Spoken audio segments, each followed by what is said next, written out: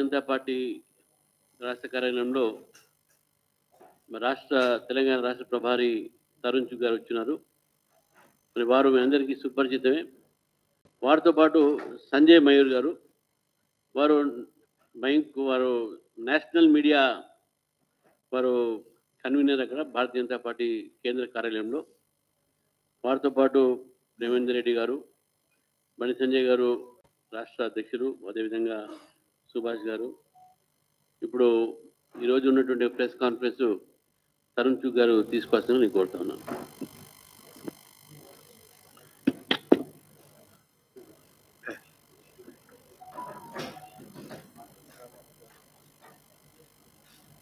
नमस्कार।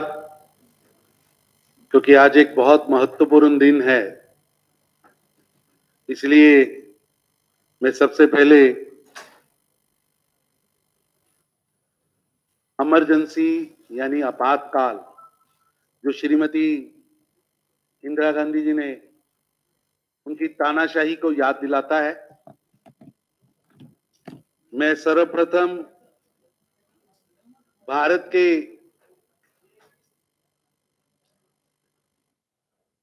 उन बेटे बेटियों को प्रणाम करते हुए जिन्होंने एक तानाशाह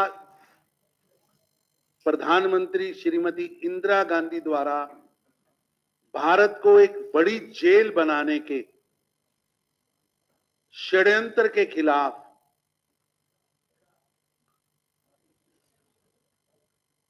सत्याग्रह किया,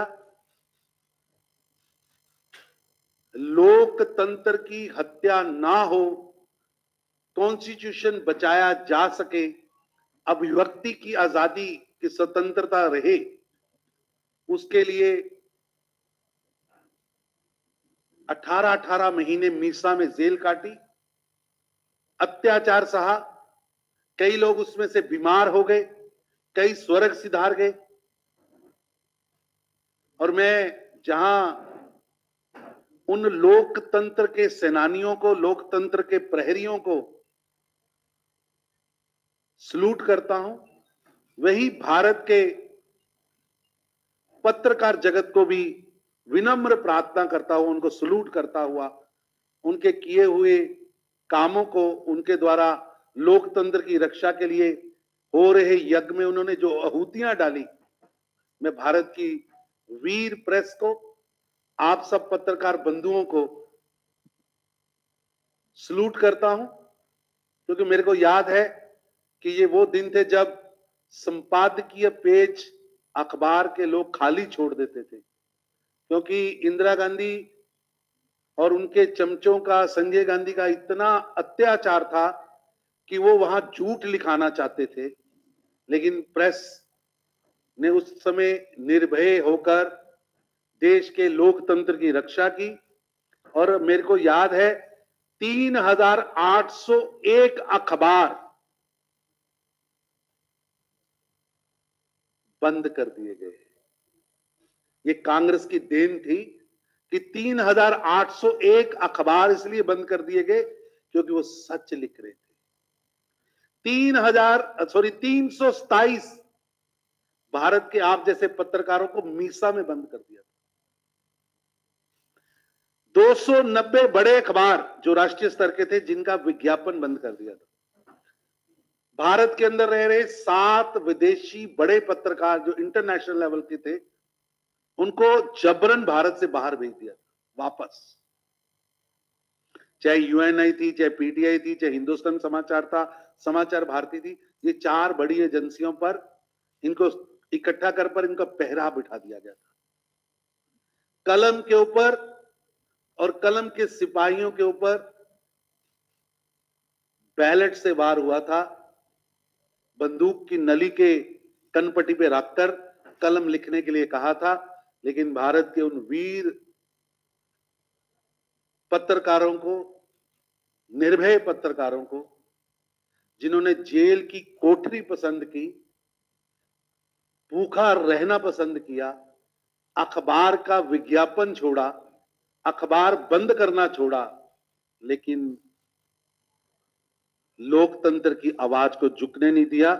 मैं उन सभी पत्रकारों को भी नमन करता हूं, भारत के उन नागरिकों को भी नमन करता हूं जिन्होंने इस स्वतंत्रता की दूसरी लड़ाई में, लोकतंत्र की रक्षा की लड़ाई में लाखों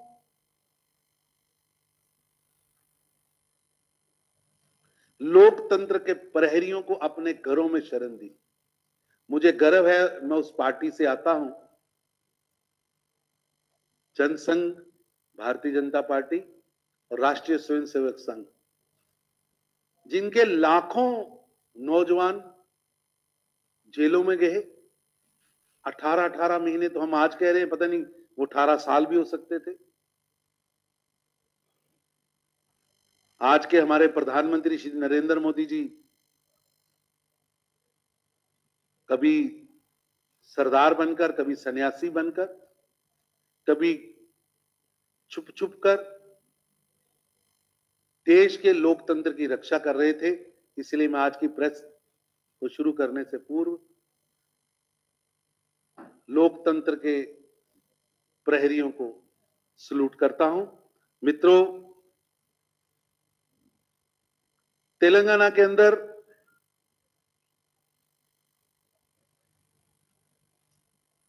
एक ऐसी सरकार काम कर रही है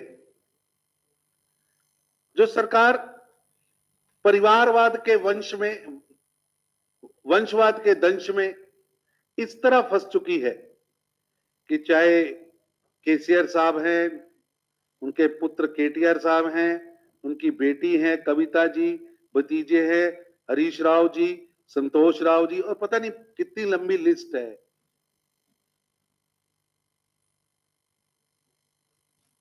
लोकतंत्र का सबसे बड़ा शत्रु कोई है तो वो परिवारवाद है।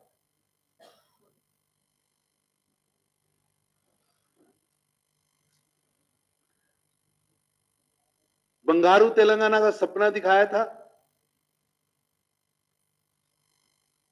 लेकिन बंगारू परिवार बनाने का सपना पूरा हो गया।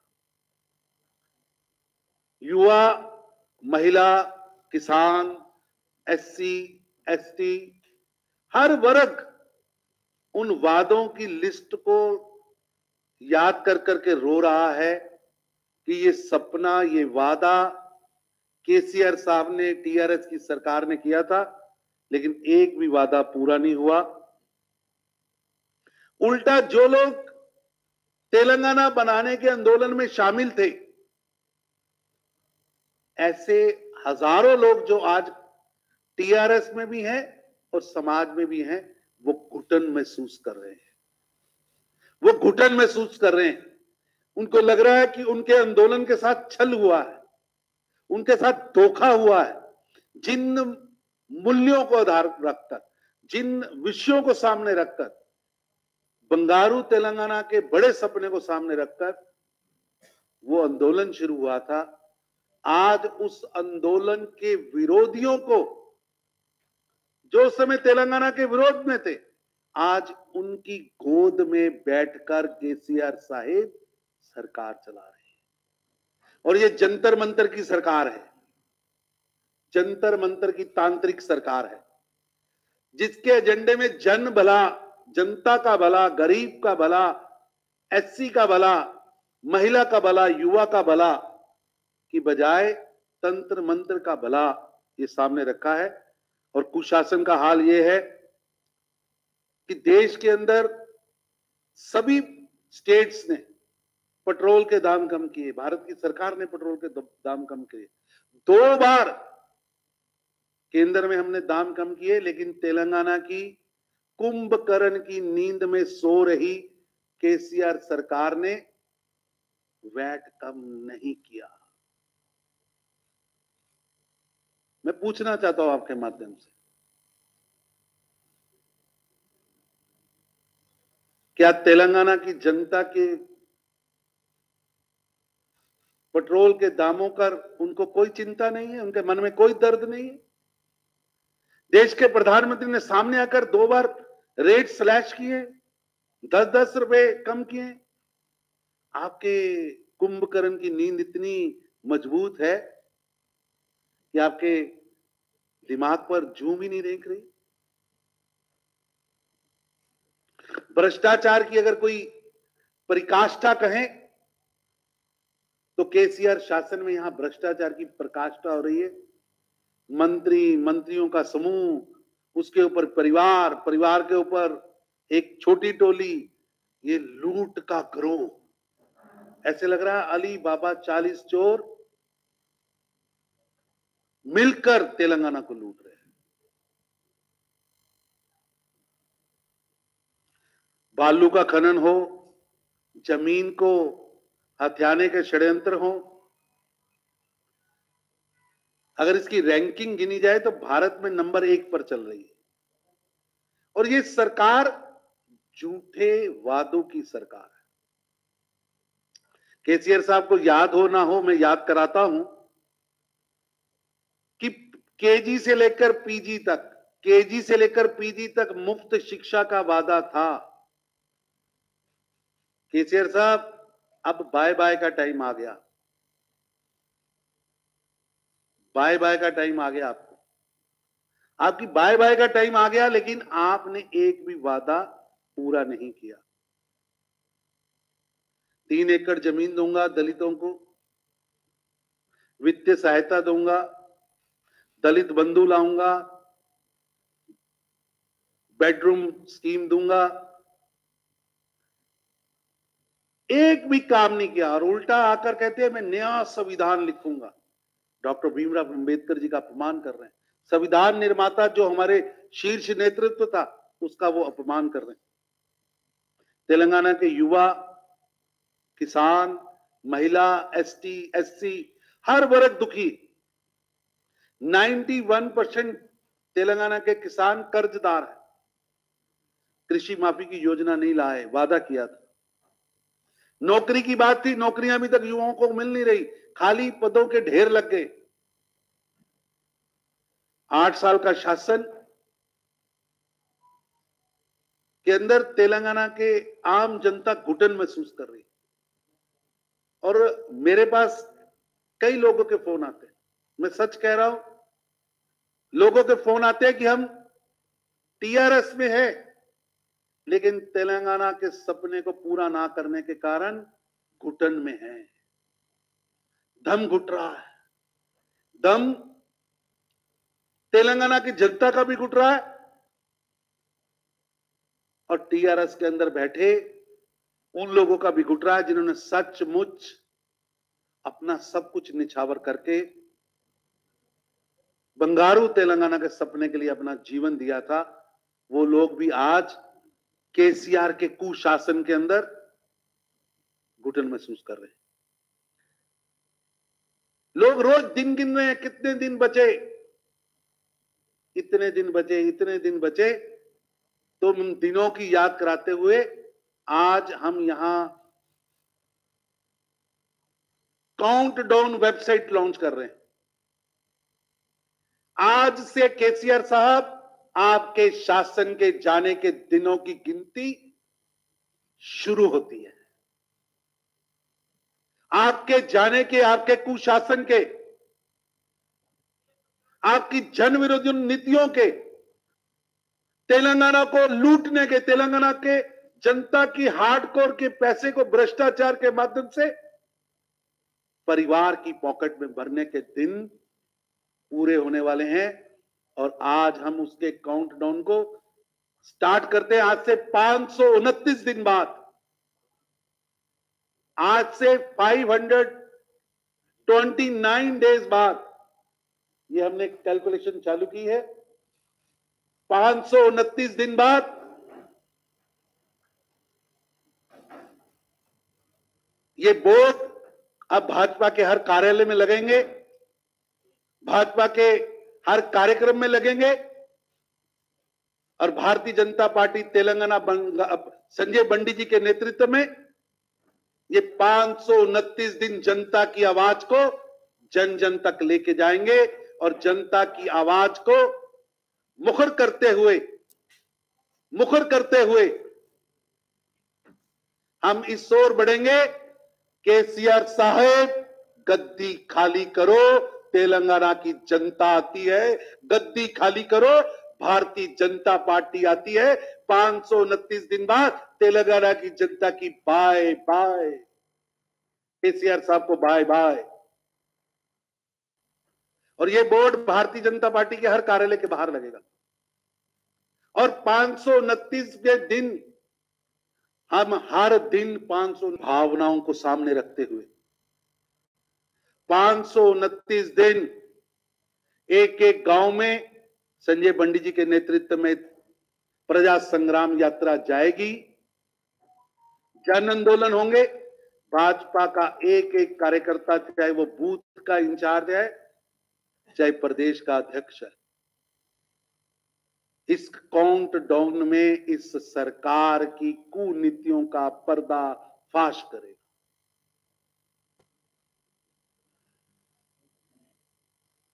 आज की इस प्रेस कॉन्फ्रेंस में मैं कुछ घोषणाएं भी करने वाला हूं। आपके ध्यान में होगा कि भारतीय जनता पार्टी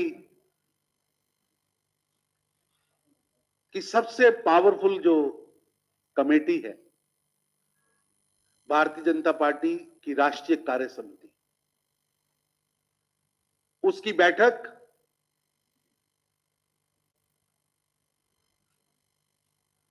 के लिए संजय बंडी जी, तेलंगाना भाजपा बार बार निवेदन कर रही थी कि परिवर्तन के इस मूड में जब पूरा तेलंगाना केसीआर राज से मुक्ति चाहता है, ऐसे में भारतीय जनता पार्टी की राष्ट्रीय कार्य समिति हैदराबाद में हो और देश के 340 बड़े बड़े नेता यहां पर आए और इस कुंभ के अंदर मंथन हो और आगे की रणनीति और देश को मजबूत करने की सोच यहां पर हो। इस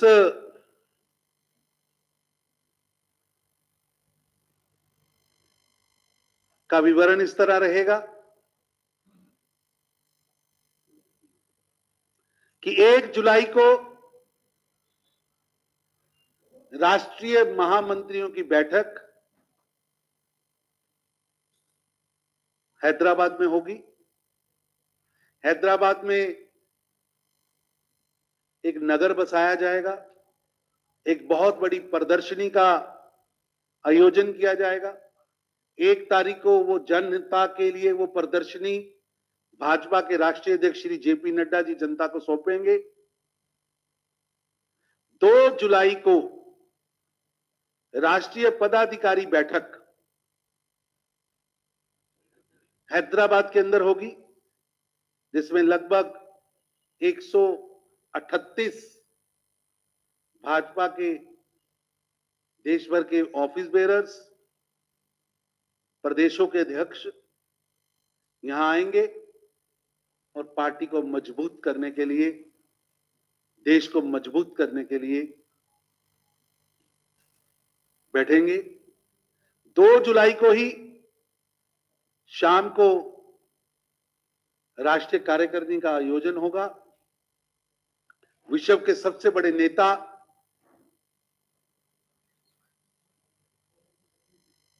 गरीबों के मसीहा, भारत के प्रधानमंत्री, भारत के प्रधान सेवक श्री नरेंद्र मोदी जी इस राष्ट्रीय कार्य समिति में मार्गदर्शन हेतु उपस्थित रहेंगे। माननीय राष्ट्रीय अध्यक्ष जी श्री जेपी नड्डा जी 1 जुलाई को हैदराबाद आएंगे और राष्ट्रीय अध्यक्ष जी की अध्यक्षता में सारी बैठकें होंगी और इन बैठकों के अंदर जो 3 जुलाई तक चलेंगी, इन बैठकों के अंदर पार्टी का शीर्ष नेतृत्व, पार्टी के पूर्व अध्यक्ष माननीय अमित शाह जी, माननीय राजनाथ सिंह जी, माननीय गडकरी जी सहित सभी कैबिनेट के बड़े बड़े मंत्री, प्रदेशों के अध्यक्ष, लगभग 17 के करीब सीएम, डिप्टी सीएम, पूर्व डिप्टी सीएम, पूर्व सीएम, एक तरह से भारतीय जनता पार्टी की करीम देश के अलग अलग प्रांतों से यहां आएगी और यहां एक संगम होगा। और मित्रों, 3 जुलाई को हैदराबाद के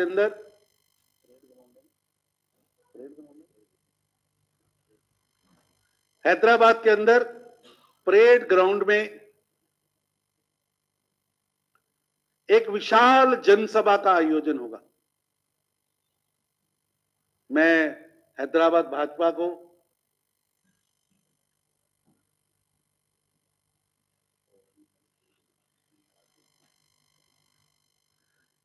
तीन जुलाई को शाम को एक बड़ी विशाल जनसभा को प्रधानमंत्री श्री नरेंद्र मोदी जी संबोधित करेंगे और तेलंगाना के अंदर एक नई शुरुआत, बदलाव की शुरुआत, भाजपा के आने की आहट, भाजपा की सरकार बनने की शुरुआत विश्व के सबसे बड़े नेता श्री नरेंद्र मोदी जी की वाणी से होगी।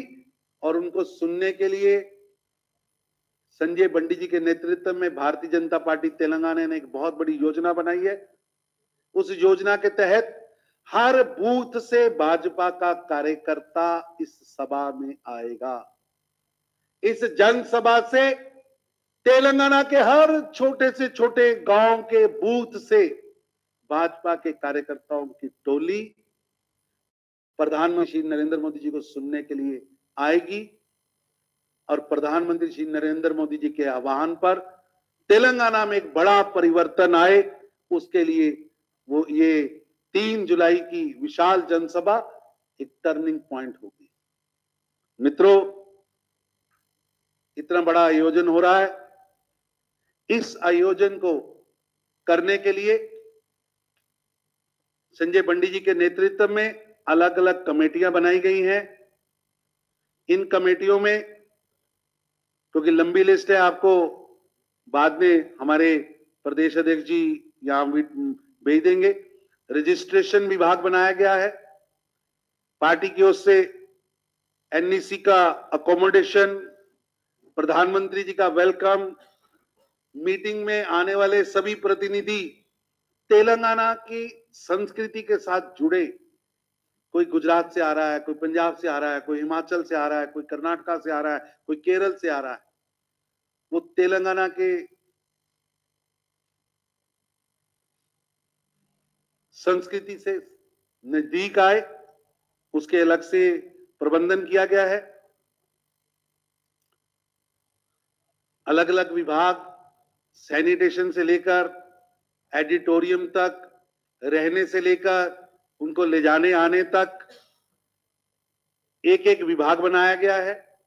और तेलंगाना भाजपा पूरे देश से आने वाले नेताओं को, चाहे वो रेलवे स्टेशन से आए, चाहे हवाई जहाज से आए, उनके स्वागत के लिए आंखें बिछाकर उन्होंने उसके लिए विभाग बनाए हैं। आप सब लोग भी उस 3 दिवसीय बैठक का हिस्सा बन सके, आपको भी बैठक की जानकारियां मिल सके, इसके लिए पार्टी ने अपने राष्ट्रीय सह मीडिया प्रभारी संजय जी को यहां पहले भेजा है। यहां पूरा मीडिया विभाग वहां खड़ा किया जाएगा, जो आपको बैठक की जानकारियां समय समय पर, प्रस्तावों की जानकारियां देता रहेगा।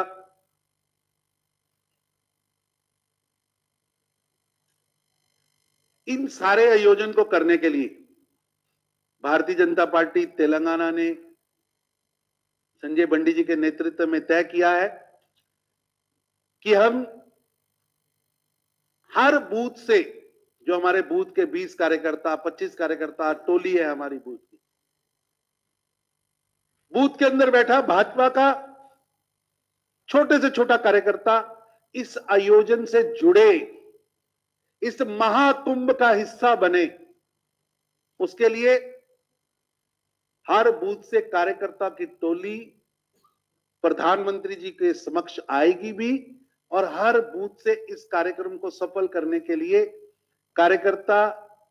सारे कार्यकर्ता मिलकर 1,000 रुपया प्रति बूथ, 1,000 रुपया प्रति बूथ, 20 रुपए, 30 रुपए, 10 रुपए सभी बूथ की समिति वाले आपस में डालकर इस महायज्ञ को करने के लिए अपनी मूर्ति हर बूथ से भेजेंगे। उसके लिए भी टीम बनाई गई है। लगभग 35,000 बूथ हैं। हर बूथ से 1,000 रुपया कार्यकर्ता आपस में डालकर इस आयोजन को करने के लिए भेज रहे हैं। हर बूथ से कार्यकर्ताओं की टोली इस कार्यक्रम में आ रही है। तेलंगाना के लिए एक बहुत बड़ा, तेलंगाना की धरती पर एक बहुत बड़ा आयोजन हो रहा है, ऐतिहासिक आयोजन हो रहा है। और ये ना केवल तेलंगाना, दक्षिण भारत की राजनीति में एक बहुत बड़ा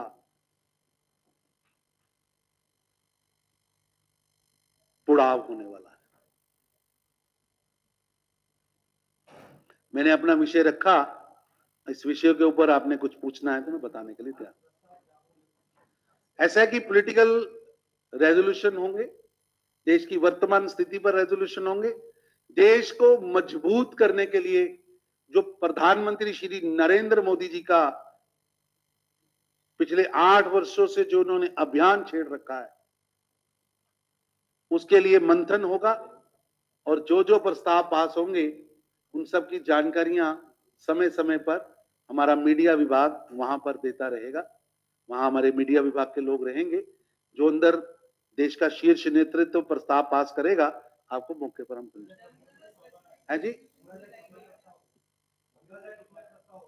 ये सब विषय बैठक के अंदर ही तय होते हैं। यहाँ लोकतंत्र है, ये किसी माँ बेटे की पार्टी नहीं है, बाप बेटे की पार्टी भी नहीं है, कुटुंब की पार्टी भी नहीं है। राष्ट्रीय पदाधिकारी को बैठक में प्रस्तावों की चिंता होती है और राष्ट्रीय कार्य समिति की बैठक में प्रस्ताव पास होते हैं। यहाँ डेलीगेट तय करते हैं कि किस ओर जाना है, शीर्ष नेतृत्व तो रास्ता दिखाता है। भारतीय जनता पार्टी एक लोकतांत्रिक पार्टी है। हाँ दीदी, सब कुछ उसमें होगा। वो सब चीजें आपको समय समय पर हमारा मीडिया विभाग आपको बताएगा। पहली बैठक महामंत्री का भी आपको मीडिया रिलीज आएगा। हर बैठक का मीडिया, हमने वहां एक पूरा मीडिया हाउस बनाने वाले हैं।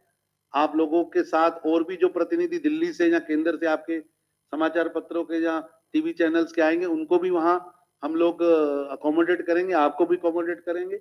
एक पूरा कैंपस आपके लिए बनाया गया है। हाँ, कोई ना कोई वरिष्ठ नेता वहां आकर आपको थोड़ी थोड़ी देर बाद बैठक की जानकारी भी देता रहे।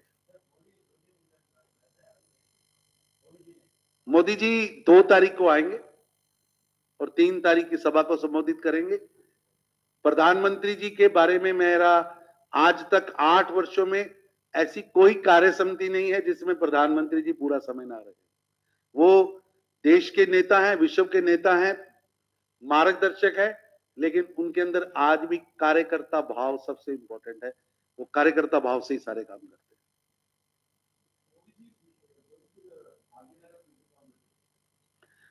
सारे विषय आपको समय समय पर बताएंगे।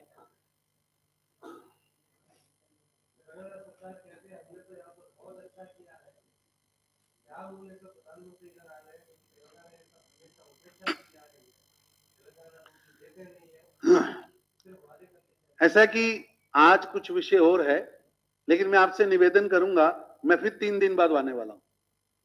मैं अध्यक्ष जी को निवेदन करूंगा, हमने प्रदेश को क्या क्या दिया है उसका अकाउंट्स लेकर आऊंगा। लेकिन मेरा आपसे निवेदन है, वैसे वो आप उसको अलग रखेंगे तो ठीक रहेगा, मेरी की इस पीसी को मैं संजय बंडी जी की ओर से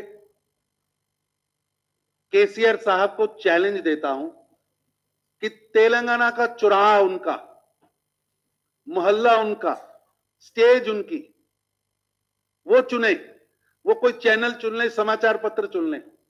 भारतीय जनता पार्टी का प्रदेश अध्यक्ष संजय बंडी जी वहां भाजपा की केंद्र सरकार की उपलब्धियों के कार्यक्रम को लेकर आएंगे। वो अपने कार्यक्रम लेकर आए, जनता के सामने दोनों अपनी अपनी चीजें बताएंगे। मैं उन्हें खुले बहस की चुनौती देता हूं। हमारा अध्यक्ष आएगा, केसीआर साहब आप भी आइए, आप अपने 8 वर्षों का हिसाब दीजिए, हम अपने 8 वर्षों का हिसाब देंगे, जनता तय करेगी। मैं उनको चुनौती देता हूं। कुछ बताने को नहीं है, कुछ बताने को नहीं है। एक दिन भी मंत्रालय नहीं गए, कुछ बताने को नहीं है। अगर मैं बोलूंगा तो पोल खोलूंगा, आने दीजिए मौका। 529 दिन 20 घंटे 56 मिनट रह गए केसीआर साहब को बाय बाय करने की। Bye bye. भाजपा की सरकार बनने वाली है, दीवार पर लिखा है, आपके दिल पर लिखा है। वैसा आपके दिल पर लिखा है, तेलंगाना के हर नागरिक के दिल पर लिखा है कि 530वें दिन गरीबों के लिए काम करने वाली, नौजवानों के सपनों को पूरा करने वाली, किसानों को पूरा हक दिलाने वाली, महिलाओं को न्याय दिलाने वाली भारतीय जनता पार्टी की सरकार बनेगी, जो बंगारू तेलंगाना के सपने को, तेलंगाना आंदोलन के अंदर जिन्होंने तप किया, जिन्होंने अपना सब कुछ दिया, संघर्ष किया, उनके सपनों को पूरा करने वाली सरकार बनेगी।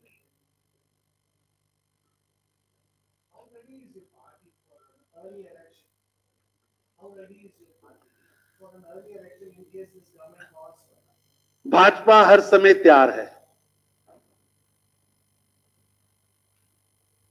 केसीआर साहेब अपनी डूबती हुई, लड़खड़ाती हुई नैया को बचाने के लिए कुछ भी करें, हम तेलंगाना की जनता की आवाज बनकर हर समय तैयार हैं। और मैं दोबारा दोहरा रहा हूं कि संजय बंडी जी की ओर से जनता के बीच में आकर खुली चुनौती है कि केसीआर साहेब 8 साल का हिसाब लेके आइए, हम भी 8 साल का हिसाब हमारे प्रदेश अध्यक्ष लेके आएंगे। आइए, जनता को तय करने दीजिए और बताइएगा आते कि किस जंतर मंत्र के कारण, किस तांत्रिक के कारण आप कार्यालय नहीं जाते। बताइए कि आपके कुटुंब के लोग, जब तेलंगाना का आंदोलन चल रहा था, नौजवान आत्मदाह कर रहे थे, नौजवान जेलें भर रहे थे, परिवार के परिवार सड़कों पर थे, आपका परिवार उस समय विदेश के किस देश में बैठा था? बताइए ना, आने दीजिए, हम खुली बहस के लिए भी तैयार।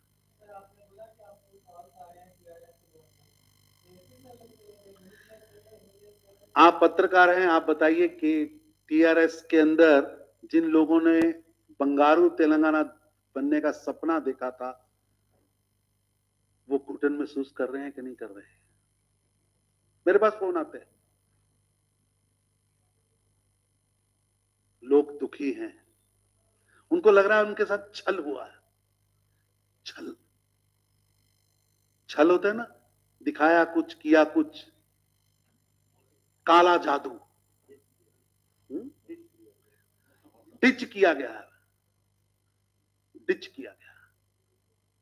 तो जनता उसका जवाब भी देने वाली है। धन्यवाद।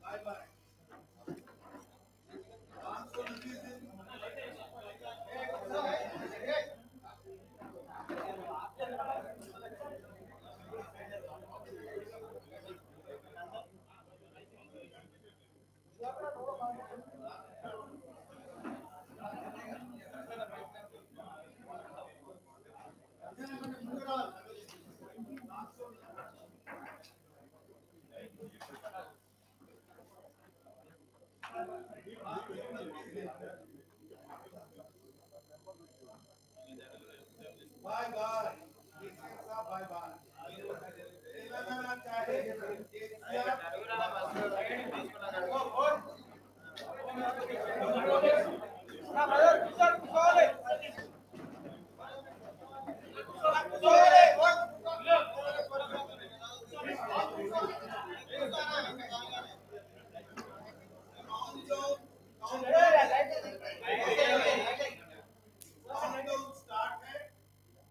तेलंगाना की आम जनता 35,000 बूथों में बैठे हुए आम नागरिक आज से गिनती गिन रहे हैं कि 529 दिन बैलेंस बचे। केसीआर साहेब बाय बाय बाय बाय।